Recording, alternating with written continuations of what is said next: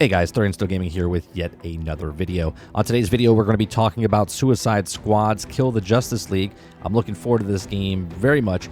We're breaking down the second trailer here. We're going to go through the trailer, look at a couple things. I'm going to give you my thoughts on a couple things, and I want you to do the exact same thing. I want you to give me what you think or what your thoughts are in the comment section down below. I do appreciate you watching. Please make sure you share, like, and subscribe, and as always, hit that comment section up down below. All right, let's get to it. All right, so it starts off right off the bat by driving into Arkham. You see 4 vehicles driving in. They're on their way to Arkham Asylum. And we pop into Arkham Asylum, and you see the 4 main characters that we're going to be using here. Now, this is going to be interesting. When the game first comes out, is it going to be like a live service game? Is it going to dabble into live service? Are we going to have more protagonists to use? That's what people, I think, want to know. If you're going to be able to use more people in the Suicide Squad, or is it just these 4 characters right off the bat? Now, the creators of the game did say you're going to be able to upgrade some certain things for your characters. Now, you look in the background here, you can see what looks like to be some sort of armor or some gear. You even see the clip just before where Harley Quinn gets the grappling hook and she takes off. So it looks like inside the story, there's going to be some sort of story progression that you get the gear that you're going to be using for each of your characters. All right, so next up, you see them get thrown out, and they're like right in the middle of Metropolis here, and you see Brainiac's giant ship, which I think he's going to be the main bad guy at the very end, but I don't know if you're going to be fighting that giant creature there, like the ship, if that is Brainiac in this universe, or if it's, you know, going inside that and then fighting Brainiac itself. A lot of people think it'll be Superman as the last person you have to beat. But I don't know. I think because, you know, he's taken over the city, we shall see.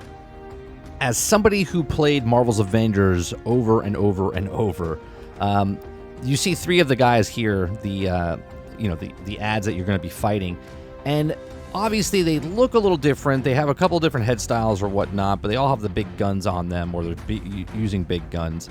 And I hope, for this game's sake, that they have more ads. Now, again, we don't know much. I'm just giving my thoughts right now.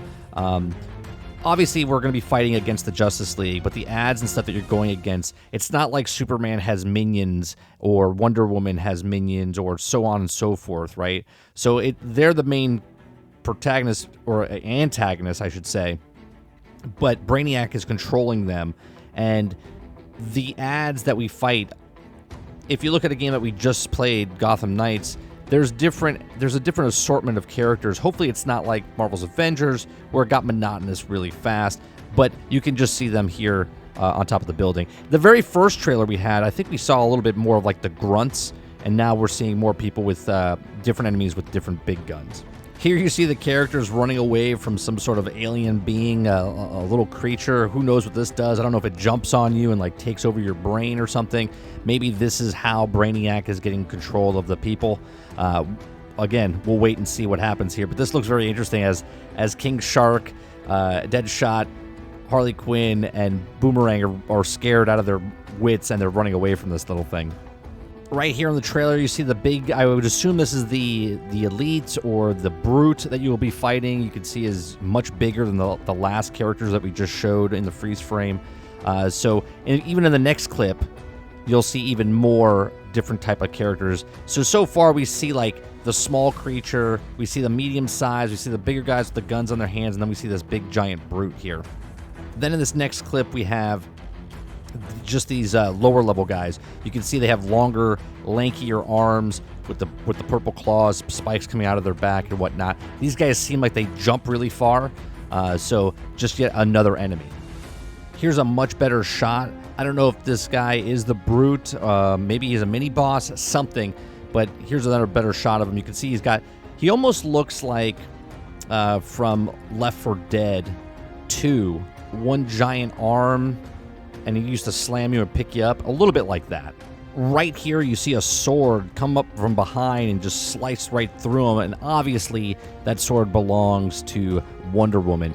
Now, this makes me wonder, in this particular scene, is Wonder Woman killing this thing because, you know, she's still good and she's on our side as the Suicide Squad, or that it's in her way, and she kills him, and then she's about to fight us.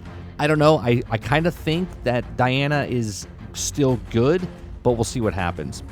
Now, this shot right here is pretty interesting to me because this is in the Hall of Justice or something along the lines of it, and you can see the characters in the background from left to right. You have Green Lantern, Wonder Woman, Superman, Batman, and the Flash. And I know what you're thinking. You're like, why are you bringing this up? I mean, we obviously know who the Justice League are. Batman's still back there, and I know that Batman is connected and he's dead from the past game, and this takes a couple of months afterwards, but I don't think Batman is dead. I know it's so cliche because, like, Batman died in Gotham Knights, or did he? And then now you're watching this where Batman is dead to start off with yet again because of the last game, and yet there he is in the background, and there's little teasers here and there for him. So I still think he's in the game, but I don't know if he's bad. Maybe he's a surprise that he's alive and he's bad, or he's actually comes and helps us to defeat Superman and whatnot. Now in this cut, they show Superman, they show Flash, they show Green Lantern, they show Wonder Woman, but obviously they don't show Batman because Batman, again, is dead. But now again, they show the Batmobile, but this is not the Batmobile. This is just the bat signal on front of a car. Now this gets me thinking, is this our car that we happen to build, or it's our transportation, or does Batman happen to just piece together something and again help us out? I don't know. What you think in the comment section down below, let me know. Now this next section, we see Green Lantern with these giant cannons, and this gets me thinking, after playing the boss fights and stuff in Gotham Knights, that I hope these boss fights are pretty badass. Like, we are the Suicide Squad, and we're going up against good guys with superpowers, and there's so much potential here for this to have really good mechanics against the Justice League, and it would be really cool to see if what these mechanics will be. Now, there was an article, and I can't find it again, but there was an article that I read that the developers said that certain characters could not die, right, just because of the IP and the licensing and whatnot. And a lot of them, they said, like, Superman's not going to die, Wonder Woman's not going to die, they said Batman's not going to die, but obviously Batman's already dead in this universe. And Wonder Woman in this trailer looks like she actually turns good at some point. So we probably fight her, and then we help her get her conscience back, and then she becomes good again, and then she helps us, because there's a scene right here at the end of this where her and Superman are battling it out, and it's very interesting because you can see that Superman kicks her, and then she comes back, and obviously she's on top of him right here, and then he shoots his lasers. So she's trying to snap him out of it or help him. So obviously, either Wonder Woman, we beat her, and then she becomes good, which then makes me wonder, as you beat them, do they just turn good, and they help you in the story as, like, companions? Because this game is a single-player game, or you can play it co-op and play through the story, sort of like what we could do in Batman or any other type of game where you can have co-op or not co-op, and then the NPCs, like Marvel's Avengers, will be the other characters in your crew.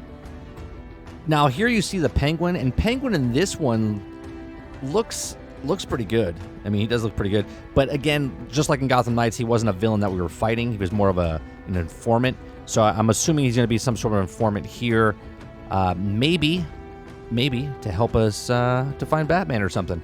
I don't know. All of this does look very interesting, though. I'm really excited to see where this game goes. Obviously, it does look like there's going to be just the 4 playable characters, but again, there could be DLC, live service, and again, I'm just kind of speculating here that a game like this could just open up to so much. Again, I've always said this in other comic book games. If you come to my live streams, or as I was playing through Gotham, people want to play superhero games, and they want as many superheroes as possible to play, and they want even more villains to fight. In this game, you are the villains going up against the heroes, which I really love, just the concept of it, because it's almost like a Empire Strikes Back, right? The villains win. and you are the villains, and the good guys are the bad guys now. And I think this is a really cool aspect of this game. This is what I'm excited for, because I really like playing the stories, and I want to know more about this part of the game and the story. So it would be interesting if you could be more Suicide Squad members, and it would be really cool if there was more heroes that they had as bosses. It does look like there's only going to be 5 of them. In the very beginning, when we were talking about this game, when they first showed it, I think there was articles saying there was like 7 of them. I didn't know if Hawkman was going to be there. I didn't know if you were going to fight Batman and Robin. There was a bunch of speculations, but right now, the way it looks like it's just the 5: Green Lantern, Wonder Woman, Superman, Batman, and the Flash. But if Batman's not there, then you're only fighting 4. And now we're coming back down to the same kind of thing that we're doing with Gotham Knights, where we only had Harley Quinn, Mr. Freeze, Clayface, and the bosses that we had for the rest of the game were kind of lackluster. So I hope they don't do the kind of same thing. Rocksteady, I think, knows what they're doing. I mean, even their past Batman games had a little bit more fights than just the 4, but we'll see what happens. If you like this type of content, please make sure you share, like, and subscribe. As always, I do appreciate you very much for coming in, hanging out with us, and I'll see you guys on the next one. Thanks for watching.